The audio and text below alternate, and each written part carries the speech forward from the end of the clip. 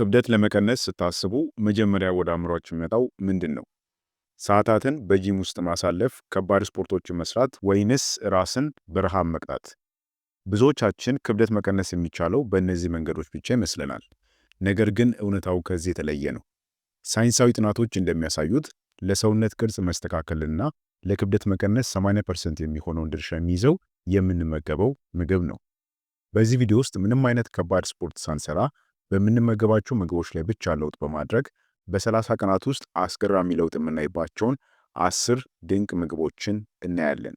እነዚህ ምግቦች ዝም ብለው የሚበሉ ሳይሆን የሰውነትን ምግብ የማቃጠል ብቃት ወይም ደግሞ ሜታቦሊዝምን በመጨመር ሰውነታችን በራሱ ሰዓት ስብን እንዲያቀልጥ የሚያደርጉ ናቸው።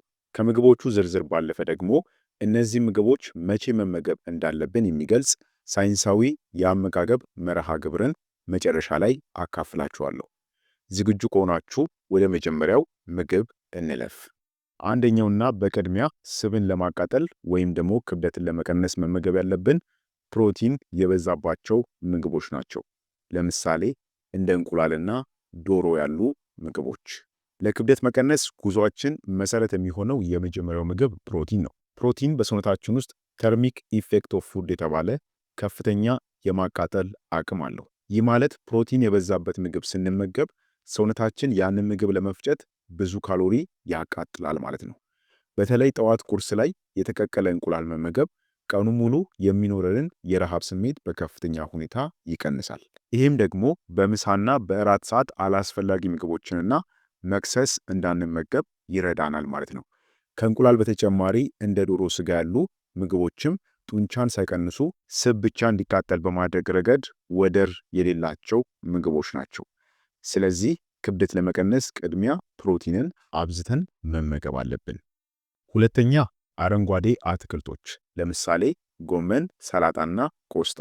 ሁለተኛውና በምግብ ገበታችን ላይ በብዛት መገኘት ያለበት የምግብ ዘርፍ አረንጓዴ ቅጠላቅጠሎች ወይም ደግሞ አትክልቶች ናቸው። እንደ ጎመን፣ ሰላጣና ቆስጣ ያሉ አትክልቶች ሎ ካሎሪ ሃይ ቮሊዩም ምግቦች በመባል ይታወቃሉ። ይህም ማለት በብዛት ብንበላቸውም የካሎሪ መጠናቸው በጣም አነስተኛ ስለሆነ ለውፍረት አይዳርጉንም።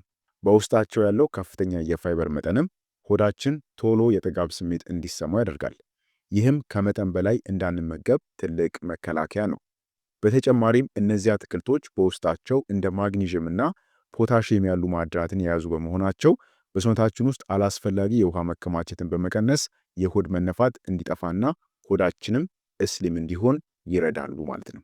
ሶስተኛ፣ ለክብደት መቀነስ ወሳኙ አፕል ሳይደር ቪኔጋር ነው ወይም ደግሞ የአፕል ኮምጣጤ። ሶስተኛውና ለክብደት መቀነስ እንደ ፈሳሽ ወርቅ የሚታየው መጠጥ አፕል ሳይደር ቪኔጋር ነው። ይህ መጠጥ በውስጡ አሴቲክ አሲድ የተባለ ንጥረ ነገር የያዘ ሲሆን በደም ውስጥ ያለውን የኢንሱሊን መጠን ዝቅ በማድረግ ረገድ ተአምረኛ ነው። ኢንሱሊን ስብ የሚያከማች ሆርሞን በመሆኑ መጠኑ ሲቀንስ ሰውነታችን ስብ ማከማቸትን አቁሞ ማቃጠል ይጀምራል። ከምግብ በፊት አንድ የሾርባ ማንኪያ አፕል ሳይደር ቪኒጋር በአንድ ትልቅ ብርጭቆ ውሃ ውስጥ በጥብጦ መጠጣት ከምግብ የምናገኘውን የካርቦሃይድሬት በቀጥታ ወደ ስብነት እንዳይቀየር ያግዘዋል። በተለይ ደግሞ ለብዙዎቻችን ፈታኝ የሆነውን የሆድ አካባቢ ስብ ቦርጭን ማለት ነው ለማቅለጥ እጅግ ውጤታማ መሆኑ በሳይንስ ተረጋግጧል። ስለዚህ አፕል ሳይደር ቪኒጋር ክብደት መቀነስ ለምታስቡ ሰዎች በጣም ተመራጭና አስፈላጊ መጠጥ ነው። ነገር ግን ብቻውን አይደለም የሚጠጣው፣ በአንድ ብርጭቆ ውሃ በጥብጠን መጠጣት አለብን። አራተኛ፣ ግሪን ቲ ወይም ደግሞ አረንጓዴ ሻይ። አራተኛው ነጥብ የምንጠጣቸው መጠጦች በክብደት መቀነስ ላይ ያላቸው ሚና ነው። አረንጓዴ ሻይ በውስጡ ካቴቺንስ የተባሉ ኃይለኛ አንቲኦክሲደንቶችን ይዟል። እነዚህ ንጥረ ነገሮች ስብን የሚያቀልጠውን ሆርሞን እንዲጨምር በማድረግ ሜታቦሊዝምን ያፋጥናሉ። በቀን ከ2 እስከ 3 ጊዜ አረንጓዴ ሻይን መጠጣት ሰውነታችን በእረፍት ሰዓት እንኳን ሳይቀር ተጨማሪ ካሎሪዎችን እንዲያቃጥል ይገፋፋዋል። በተጨማሪም አረንጓዴ ሻይ በውስጡ ጥቂት ካይፌን ስላለው ያለ ስፖርት ሰውነታችን ንቁ ሆኖ እንዲቆይና የምግብ ፍላጎታችንም እንዲቀንስ የማድረግ ትልቅ አቅም አለው። አምስተኛ፣ አቮካዶና ጤናማ ቅባቶች። አምስተኛው ነጥብ ምናልባት ብዙዎችን ሊያስገርም ይችላል። እሱም ስብን ለማጥፋት ጤናማ ስብን መመገብ ነው። ይህ ማለት አቮካዶ ማለት ነው። አቮካዶ በውስጡ ሞኖ አንሳቹሬትድ ፋት የተባሉ ለልብና ለሰውነታችን እጅግ ጠቃሚ የሆኑ ቅባቶችን ይዟል። እነዚህ ቅባቶች አንጎላችን የጥጋብ መልእክት እንዲያስተላልፍ በማድረግ በምግብ መካከል የሚመጣን አላስፈላጊ የረሃብ ስሜትን ይቆልፋሉ። አቮካዶን በምግባችን ውስጥ ማካተት በሆድ አካባቢ የሚከማቸውን አደገኛ ስብ ለመቀነስ የሚረዳ ከመሆኑም በላይ ሰውነታችን ሌሎች ቫይታሚኖችን በቀላሉ እንዲመጥም ያግዘዋል። ክብደት ለመቀነስ ስብን ሙሉ በሙሉ ከመተው ይልቅ እንደ አቮካዶ ያሉ ጤናማ ቅባቶችን መምረጥ የረጅም ጊዜ ውጤት ለማምጣት ቁልፍ ነው። ስድስተኛ ሙሉ ጥራጥሬዎችና አጃ። ስድስተኛው ነጥብ የካርቦሃይድሬት ምርጫችንን ይመለከታል። ክብደት ለመቀነስ ካርቦሃይድሬትን ሙሉ በሙሉ መተው የለብንም። ይልቁንም ውስብስብ የተባሉትን መምረጥ አለብን። እንደ አጃ፣ ባቄላ፣ አተርና ምስር ያሉ ምግቦች በውስጣቸው ሬዚስታንስ ስታርች የተባለ ንጥረ ነገር ይዘዋል። ይህም ንጥረ ነገር በቶሎ ስለማይፈጭ የደም ስኳር መጠን በድንገት ከፍ ብሎ ስብ እንዲከማች አያደርግም። ይልቁንም ለረጅም ሰዓት ኃይል እየሰጠን የምግብ መፈጨት ስርዓታችን ስራ ላይ እንዲጠመድ በማድረግ ካሎሪ እንድናቃጥል ይረዳናል። ነጭ ሩዝና ነጭ ዳቦን በእነዚህ በመተካት ብቻ ያለ ስፖርት በሰውነታችን ላይ ትልቅ ለውጥን ማምጣት እንችላለን። ሰባተኛ ቃሪያና ቅመማ ቅመሞች። ሰባተኛው ነጥብ ምግባችንን በምንቀመምበት መንገድ ላይ ትልቅ ለውጥ ማምጣትን ይመለከታል። ቃሪያ በውስጡ ካፕሳሲን የተባለ ንጥረ ነገር ስላለው የሰውነት ሙቀት በትንሹ ከፍ ያደርጋል። ይህም ሂደት ቴርሞጄኔሲስ ይባላል። ይህ ማለት ሰውነታችን ትርፍ ስብን በማቅለጥ ሙቀት እንዲያመነጭ ይገፋፋዋል ማለት ነው። በተመሳሳይ ሁኔታም ቀረፋ በደም ውስጥ ያለውን የስኳር መጠን በማመጣጠን ጣፋጭ ምግቦችን የመመገብ ፍላጎታችንን በከፍተኛ ሁኔታ ይቆጣጠርልናል። እነዚህን ቅመሞች በምግባችን ወይም ደግሞ በመጠጣችን ውስጥ ማካተት ሜታቦሊዝምን ለማነቃቃት የሚረዱ ቀላል ነገር ግን ውጤታማ መንገዶች ናቸው። ስምንተኛ ለውዝና የለውዝ ፍሬዎች። ስምንተኛው ነጥብ እንደ መክሰስ የምንጠቀማቸው ለውዝና የለውዝ ፍሬዎች ናቸው። ብዙ ሰዎች ለውዝ ከፍተኛ ካሎሪ ስላለው ለውፍረት የሚዳርግ ይመስላቸዋል። ነገር ግን እውነታው ተቃራኒ ነው። ጥናቶች እንደሚያሳዩት ከሆነ ለውዝ በውስጡ ፕሮቲን፣ ጤናማ ቅባትና ፋይበርን በአንድ ላይ የያዘ ሱፐር ምግብ ነው። እነዚህ ንጥረ ነገሮችም ተደምረው የምግብ ፍላጎታችንን ስለሚቆጣጠሩ በቀን ውስጥ የምንወስደውን አጠቃላይ ካሎሪ ይቀንሱታል። በተለይም በለውዝ ውስጥ ያለው ቅባት ሙሉ በሙሉ በሰውነታችን አይመጠጥም። ይልቁንም ሜታቦሊዝማችንን እንዲፋጠን ያደርገዋል። ዋናው ሚስጥር መጠኑ ላይ ነው። በቀን አንድ እፍኝ ለውዝ መመገብ ያለ ስፖርት ክብደት ለመቀነስ ትልቅ የሆነ እገዛን ያደርጋል። አንድ እፍኝ ስንል ግን መዳፋችንን ሞልቶ የሚተርፍ ሳይሆን እጃችንን ስንጨብጥ የምንይዘውን ያህል መጠን ብቻ ማለት ነው። ዘጠነኛ የግሪክ እርጎ እናም ፕሮባዮቲክስ። ዘጠነኛው ነጥብ የአንጀት ጤናችንን ከክብደት መቀነስ ጋር ያለውን ትስስር ይመለከታል። የግሪክ እርጎ ወይም ደግሞ በቤት ውስጥ የተዘጋጀ ወፍራም እርጎ በውስጡ ፕሮባዮቲክስ የሚባሉ ጠቃሚ ባክቴሪያዎችን ይዟል። የግሪክ እርጎ ማለት ምንም አይነት ውሃ የሌለው ወፍራም እርጎ ማለት ነው። በቤታችን ውስጥ የምናዘጋጀው ወፍራም እርጎ እንደማለት ነው።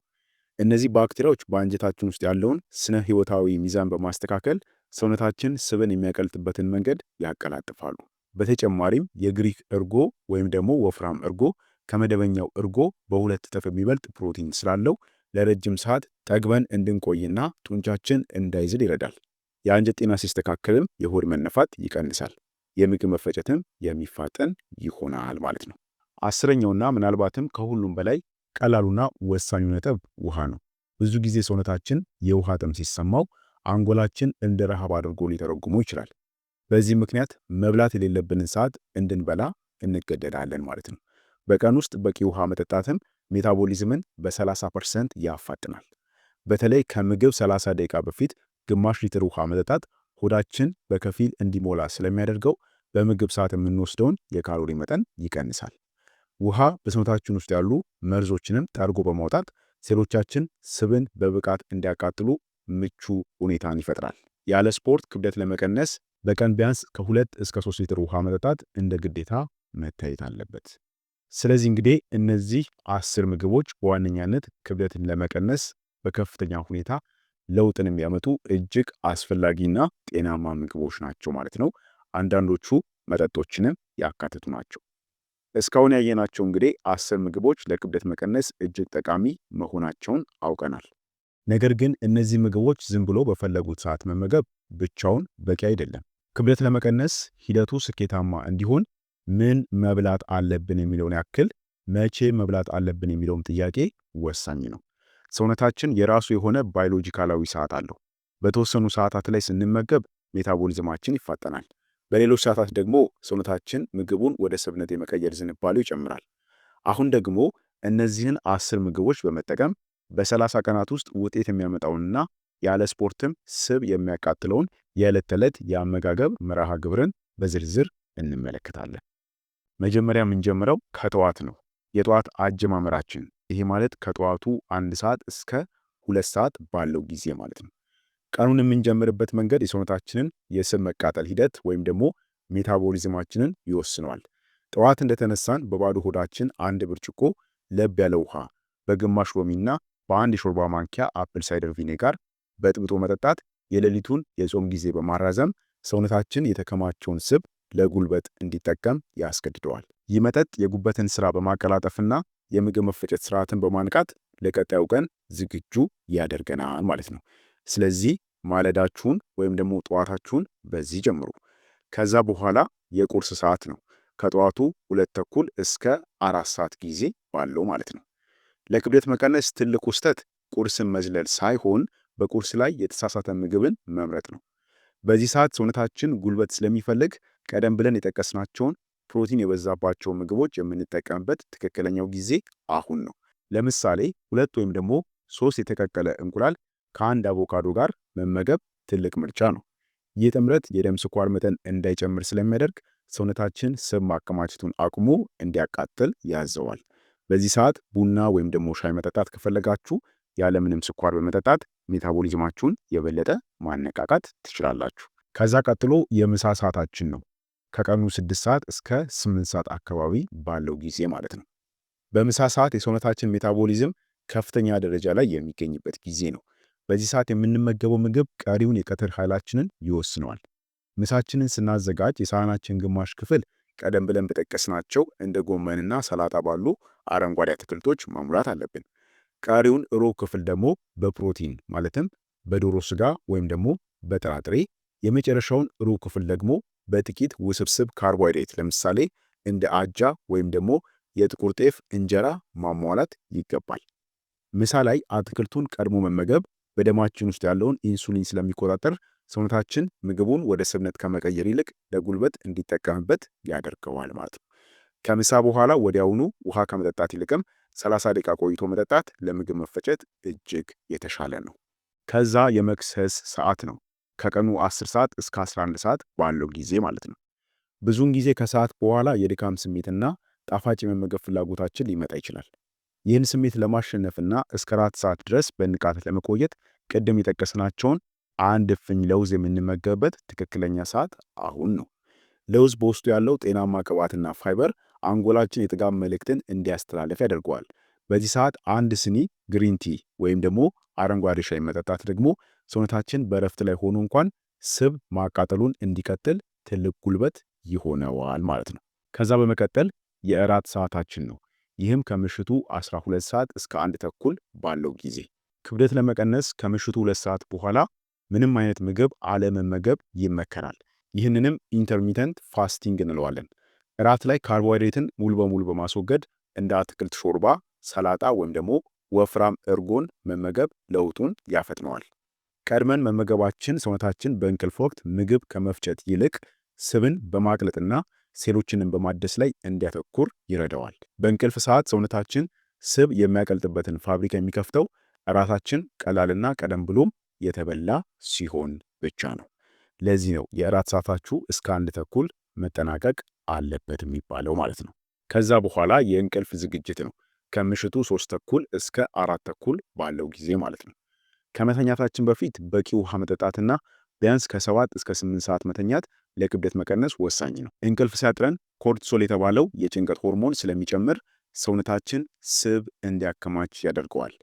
ስለሆነም ይህንን የጊዜ ሰሌዳ በየቀኑ ለ30 ቀናት በጥብቅ መከተል ስፖርት ባንሰራም እንኳን ሰውነታችን በራሱ ሰዓት ስብ እንዲያቀልጥና ጤናማም ክብደት ላይ እንዲደርስ ያደርገናል ማለት ነው።